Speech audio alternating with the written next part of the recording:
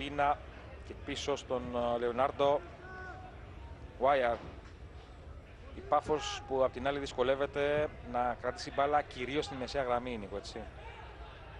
Ναι, η Πάφος θέλει να βγει στην αντεπίθεση. Αυτό είναι το πλάνο του προπονητή. Νομίζω όμως ότι αμήνεται πάρα πολύ πίσω και κερδίζοντας την μπάλα έχει να διανύσει αρκετά μέτρα και αυτό είναι δύσκολο να βγάλεις αντεπίθεση με αρκετά μέτρα. Νομίζω η Πάφος θα πρέπει να κλέψει μπάλες στον χώρο του κέντρου και από εκεί να μπορέσει να φύγει πιο γρήγορα στην αντεπίθεση.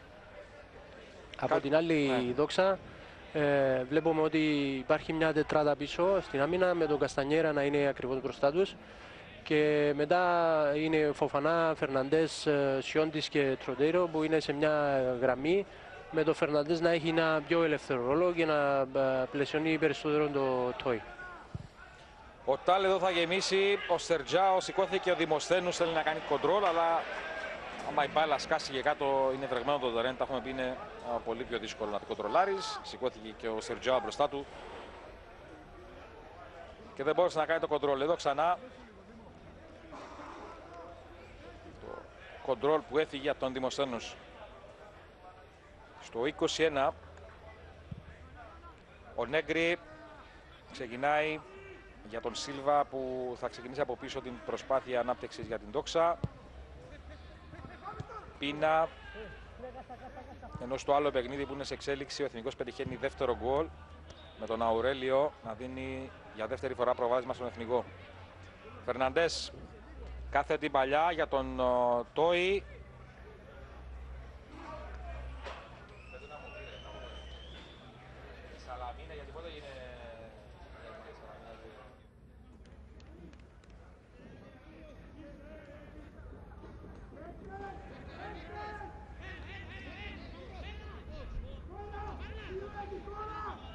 Φερναντές στο κόρνερ.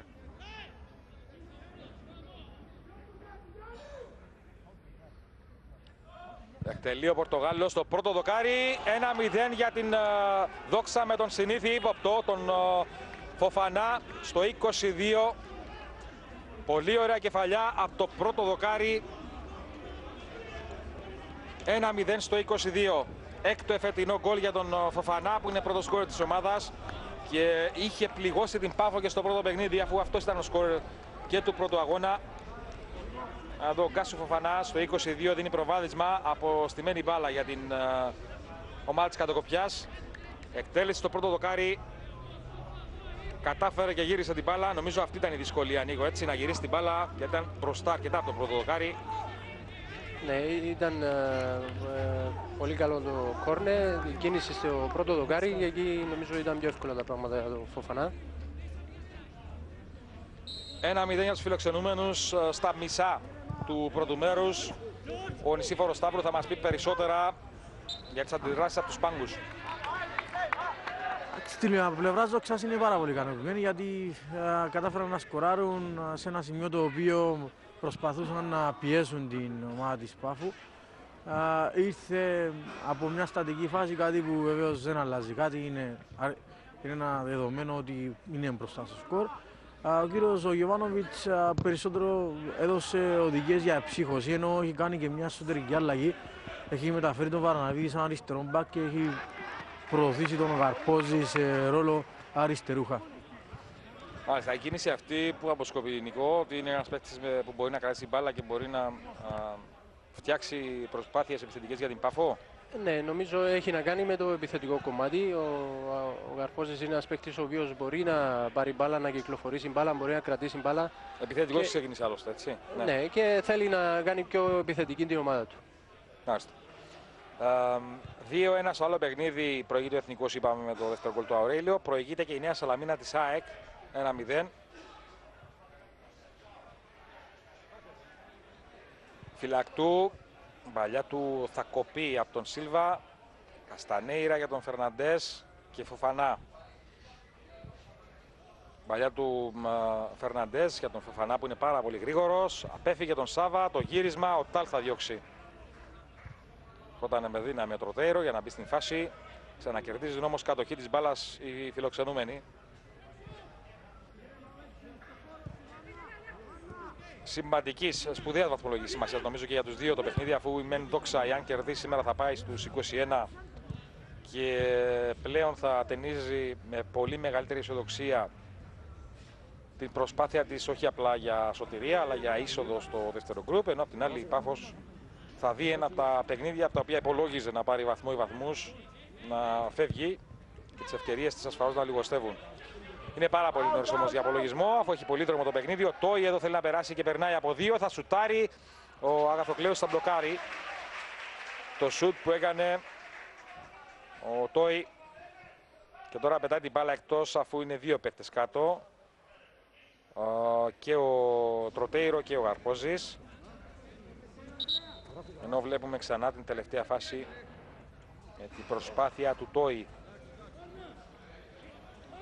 Η ομάδα της Δόξας, η οποία έχει πετύχει 14 γκολ με το σημερινό, δεν είναι ιδιαίτερα παραγωγική, και αυτά τα 14 γκολ τα έχουν πετύχει 4 παίκτες μόλις. Έχει 6 ο Φοφανά, 4 ο Φερνάντες, 2 Τόι και 2 ο στόπερ ο Λεάνδρο, ο Σίλβα. Επανέρχισε το παιχνίδι με τον Βαρναβίδη να κάνει μια πρώτη τρίπλα, αλλά στη συνέχεια ο Σίλβα να του παίρνει μπάλα και να παραχωρεί πλαγιό.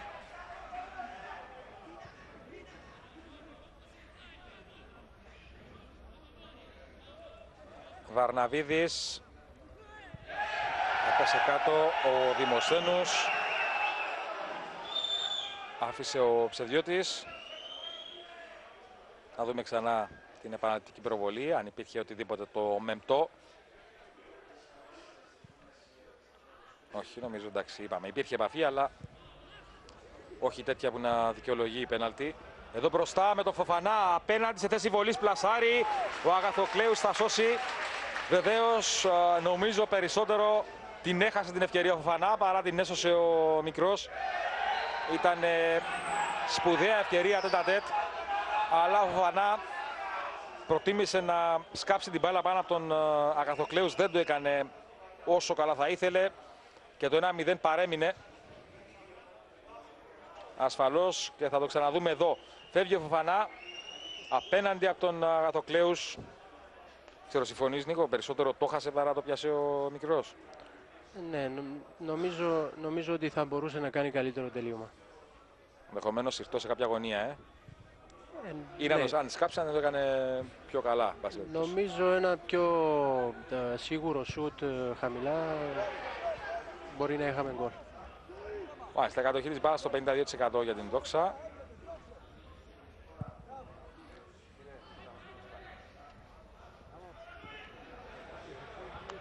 Σερτζάο με τον Λεωνάρντο. Ο Φανά που γύρισε, νομίζω είναι ασταμάτητος από εκεί.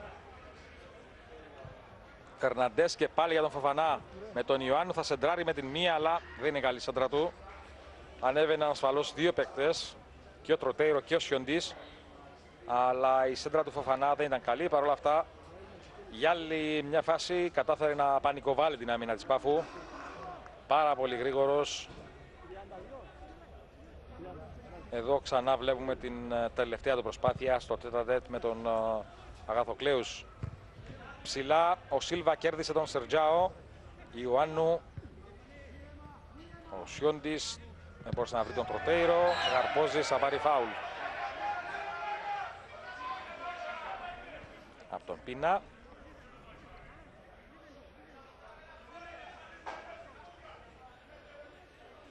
Ξανά εδώ το μαρκάρισμα του Ισπανού πάνω στον Αλέξη Γαρπόζη. Ο Τάλι είναι αυτός που θα το εκτελέσει. Θα γεμίσει από εδώ και αυτό κάνει. Σερτζάο προσπάθησε για την κεφαλιά. Έδιωξε ο Καστανέιρα μακριά. Επαναφέρει ο Ιωάννου. Ψηλά Γουάια. Φοφανά η δεύτερη κεφαλιά. Φοφανά που κατεβάζει και την μπάλα. Τροτέιρο. Φερναντές. Πάλι ο Ισπανός που αλλάζει το παιχνίδι. Τον Λεωνάρντο. Καστανέιρα έκανε λάθος. 1-0 από το 22. Η Δόξα που είναι καλύτερη μετά την παρέλευση των πρώτων λεπτών έχει αναλάβει τον έλεγχο, την πρωτοβουλία, έχει την κατοχή της μπάλας και είναι η ομάδα που φτιάχνει φάσεις και για άλλα γκολ, κυρίως με τον Φοφανά. Αν δεν κάνω λάθος, μόνο με τον Φοφανά. Νομίζω ήταν σε όλες τις φάσεις μέσα, Νίκο. Ναι, όπως είπαμε πριν, η Δόξα έχει επιβληθεί, νομίζω, ελέγχει το παιχνίδι αυτή τη στιγμή και κοιτάζει να επιτεθεί κυρίως με τον Φοφανά και υπάρχει εκεί ένα θέμα για την Πάφο. Καστανέιρα, ο Σιώντης έδιωξε, αλλά όχι πολύ μακριά. Επαναφέρει ο Φυλακτού, με δύναμη ο Λεωνάρτο έδιωξε, αλλά στον Βαρναβίδη. Θα ψάξει να βρει τον Στερτζάο, θα τον κόψει ο Σίλβα. Τροτέιρο, η Δόξα που θέλει να βγει γρήγορα μπροστά. Φοφανά, πέρασε μπάλα το Φερναντές, βγήκε ο Τάλ όμως πριν αυτή φτάσει στον Τόι. Ο Τάλ που σκάβει την μπάλα, αλλά πολύ άσχημα. Φεύγει απευθείας έξω, βεβαίως δεν είναι αυτός ο ρόλος του Γκόραν Τάλ.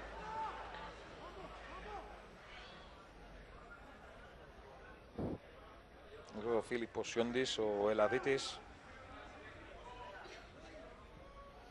Το γκολ εδώ ξανά, εκτέλεση στο πρώτο δοκάρι, δύσκολη και συνάμα ωραία κεφαλιά από το Φοφανά για το 1-0 της Δόξας. Πήγε να πανηγυρίσει απέναντι, τώρα βλέπω την κερκίδα, Νίκο, δεν έχει 10 άτομα, έχει 5-6 άτομα.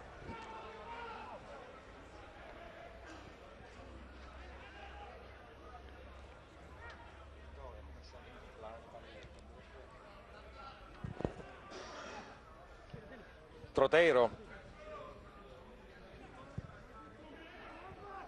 Φερναντές για τον Τροτέιρο και πάλι που συγκλίνει πάρα πολύ στον άξονα. Εδώ θέλει να βγει και πάλι μπροστά. Το σουτ θα σώσει ο Αγαθοκλέους και εισπράττει ζεστό χειροκρότημα από τους λιγοστούς φίλους της Πάφου. Φυλακτού για τον Γαρπόζη. Φάουλ που κερδίζει ο Γαρπόζης στο 32. Ενώ ήταν κάτω ο Τάλ, γι' αυτό και υπάρχουν διαμαρτυρίες προφανώς να φτάνουν και στα δικά σας αυτιά. Εδώ είναι η τελευταία φάση. Και εδώ η προηγούμενη με τον Τροτέιρο και η επέμβαση του μικρού του Αγαθοκλέους. Τροτέιρο, Νίκο, που στα χαρτιά είναι στο δεξιφτερό, αλλά πάρα πολύ συχνά συγκλίνει προς τα μέσα. Ναι, είναι ένας παίκτης αριστεροπόδαρος και μπορεί εύκολα, παίρνοντας την μπάλα, να μπει προς τον άξονα του γηπέδου και να συνεργαστεί με τους υπόλοιπους. Ο Τάλ θα εκτελέσει το φάουλ ψάχνοντας τον Γαρπόζη. Αυτός κατέβασε, αλλά του πήρε την μπάλα ο Πίνα. Δυσκολεύεται πάρα πολύ να κρατήσει μπάλα η Πάφος σε αντίθεση με την Δόξα. Φοφανά εδώ κάθετα για τον Φερνάντες, έκοψε ο Τάλ. Μεγάλη παλιά, νομίζω είναι κομμένες οι γραμμές. Ο Στερτζάο θα πέσει κάτω, θα πάρει φάουλ. Όταν κερδίσει η μπάλα η Πάφος, βλέπουμε να βγαίνουν παλιές 30-40, Νικό. Λες και παρακάμπτουν την μεσαία γραμμή που δεν κατεβάζει μπάλα. Από την άμυνα γίνονται μεγάλες μπάλες για την επίθεση. Ναι, επειδή στο παιχνίδι της Πάφου υπάρχει ένα πρόβλημα στο να κρατήσει μπάλα και να κυκλοφορήσει. Όπως είπαμε, αμήνεται αρκετά πίσω και όταν κερδίζει την μπάλα δεν μπορεί να βγει εύκολα στην αντεπίθεση. Γι' αυτό βλέπουμε τα τελευταία λεπτά να επιχειρούν κάποιες μακρινές παλιές, οι οποίες βγάζουν την ομάδα στα δύο, χωρίζουν την ομάδα στα δύο. Μάλιστα, για να δούμε αν μπορεί αποστημένη μπάλα να απειλήσει η Πάφος. Στο 34 ο Γαρπόζης θα δοκιμάσει με σούτα από πολύ μακριά. Θα δεχτεί την μπάλα με δύναμη κάποιος παίκτης της Δόξας στο πρόσωπο και θα πέσει κάτω, γι' αυτό και διακόπτει το παιχνίδι ο Κώστας Ψεδιώτης. Ο Φερναντές ήταν αυτός που ήταν άτυχος, γιατί άμα κάνει και κρύο και τη φάση στο πρόσωπο, νομίζω είναι κάτι πολύ επώδυνο.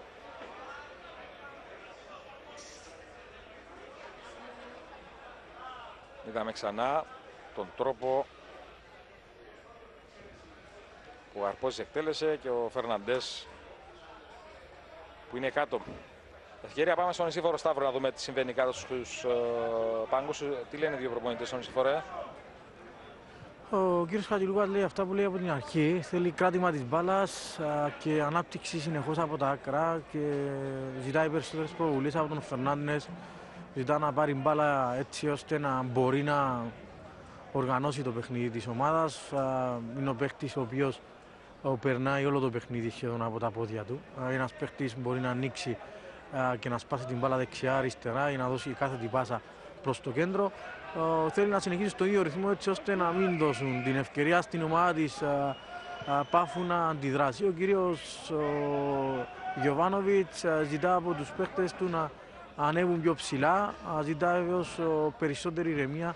Να δούμε τον Σερτζάου που πήρε την κεφαλιά, αλλά η μπάλα πήγε στην αντίθετη κατεύθυνση από αυτή που κινήθηκε ο Δημοσθένους. Ναι, συγχωρώ, ολοκλήρωσα. Και ζητά από τους παίχτες, από τον Άγγελο τον Ευθυμό αλλά και τον Λάβαρο τον Φυλαχτού, να βγαίνουν πιο ψηλά για να μπορέσουν να δώσουν βοήθεια στον νεαρό τον Μακρύ, αλλά και τους υπόλοιπους που παίζουν μέσα στην μεσοπιτική γραμμή. Κερδίζει και πάλι εδώ η Δόξα με τον Τροτέιρο. Τον κλείνει ο Βαρναβίδης, γυρίζει στον Καστανέιρα. Ψάχνει χώρο αυτός, το σκέφτηκε για το σούτ, τελικά κοντοστάθηκε και πέρασε και πάλι για τον Τροτέιρο. Κίνηση έκανε ο Φοφανά και ο Πίνα, Τροτέιρο συγκλίνει. Κρατάει μπαλά, ελευθερώθηκε πολύ ωραία. Θα πλασάρει, αλλά ο Αγαθοκλέους δεν θα ανησυχήσει. Είπαμε μικρός άβυρος, αλλά αυτό ουσιαστικά ήταν πάσα για τον Αγαθοκλέους. Σερτζάο δεν μπορούσε να κρατήσει. Κατοχή και πάλι για την Δόξα που πρέπει να έχει την κατοχή σε πολύ μεγάλο ποσοστό στο παιχνίδι. Ο Σάβα με τον Τόι, ελευθερώθηκε ο Τόι.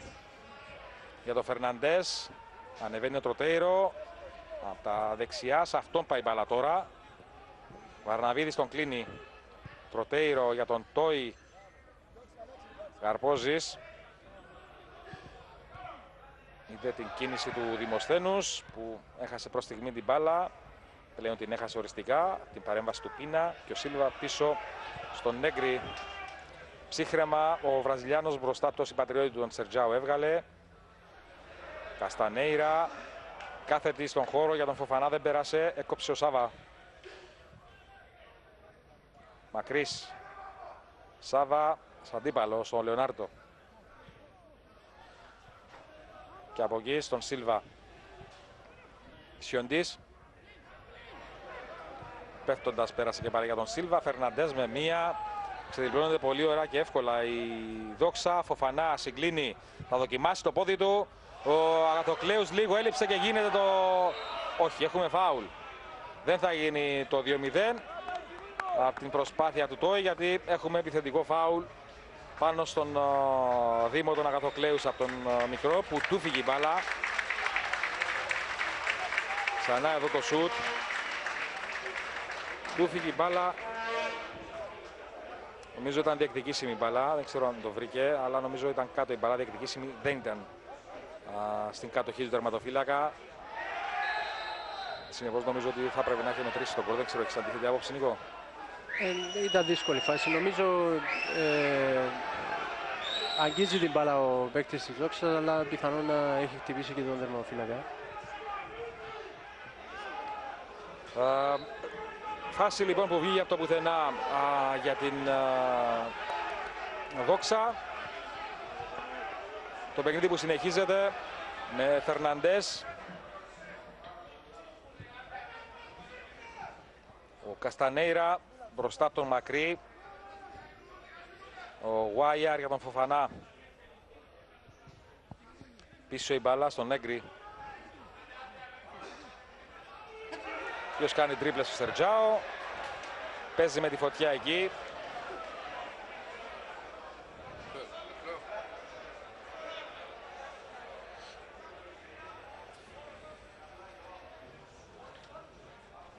Ναι, Λυσιφόρε. Να πούμε ότι έχει δώσει εντολή ο κύριος Γιοβάνοβιτς στον Δημοσθένους να πάει να πλαισιώσει τον Σερτζάο και να πάει δεξιά ο Μακρύς. Πάει σε 4-4-2. Όταν επιτίθεται η ομάδα της Πάφου να πηγαίνει και να πλαισιώνει τον Σερτζάο και βέβαια όταν γίνεται επίθεση για να μπορέσει να έχει ένα γρήγορο επιθετικό όταν παίρνει κεφαγιά ο Σερτζάο και όταν αμήνεται να επιστρέφει πιο πίσω ο Δημοσένους για να βοηθά στην άμυνα. Να δούμε εδώ τον Σερτζάο, με προϋποθέσει Πάφος, μπροστά Γαρπόζης, έφυγε πλάγια, το σούτ θα φύγει κόρνερ. Νομίζω Φυλακτού ήταν αυτός που ήταν σε πιο κέρια θέση. Δίστασε για το σούτ, έδωσε στο Γαρπόζη, μετά φύγε πλάγια. Η Πάφος που κερδίζει κόρνερ από την προηγούμενη επαναληπτική προβολή. Νομίζω φάνηκε και από την άλλη κάμερα. Να ευχαριστήσω το σκηνοθέτη μας. Νομίζω φάνηκε ξεκάθαρα ότι έπαιξε μπάλα ο Τόι. Συνεπώς έπρεπε να έχει μετρήσει τον γκολ. Στο 40, κόρνερ για την Πάφο το πρώτο. Έχουν προωθηθεί πολλοί παίκτες στην περιοχή και ο Ιωάννου και ο Τάλ, τα δύο στόπερ που είναι ψηλοί. Κώστας Ψευδιώτης κάνει κάποιες, θα καλέσει παίκτες για συστάσεις. Τον Σίλβα και τον Φυλακτού.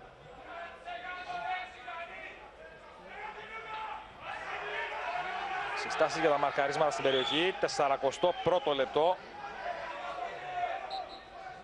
Το κόρνερ για την Πάφο με τον Καρπόζη.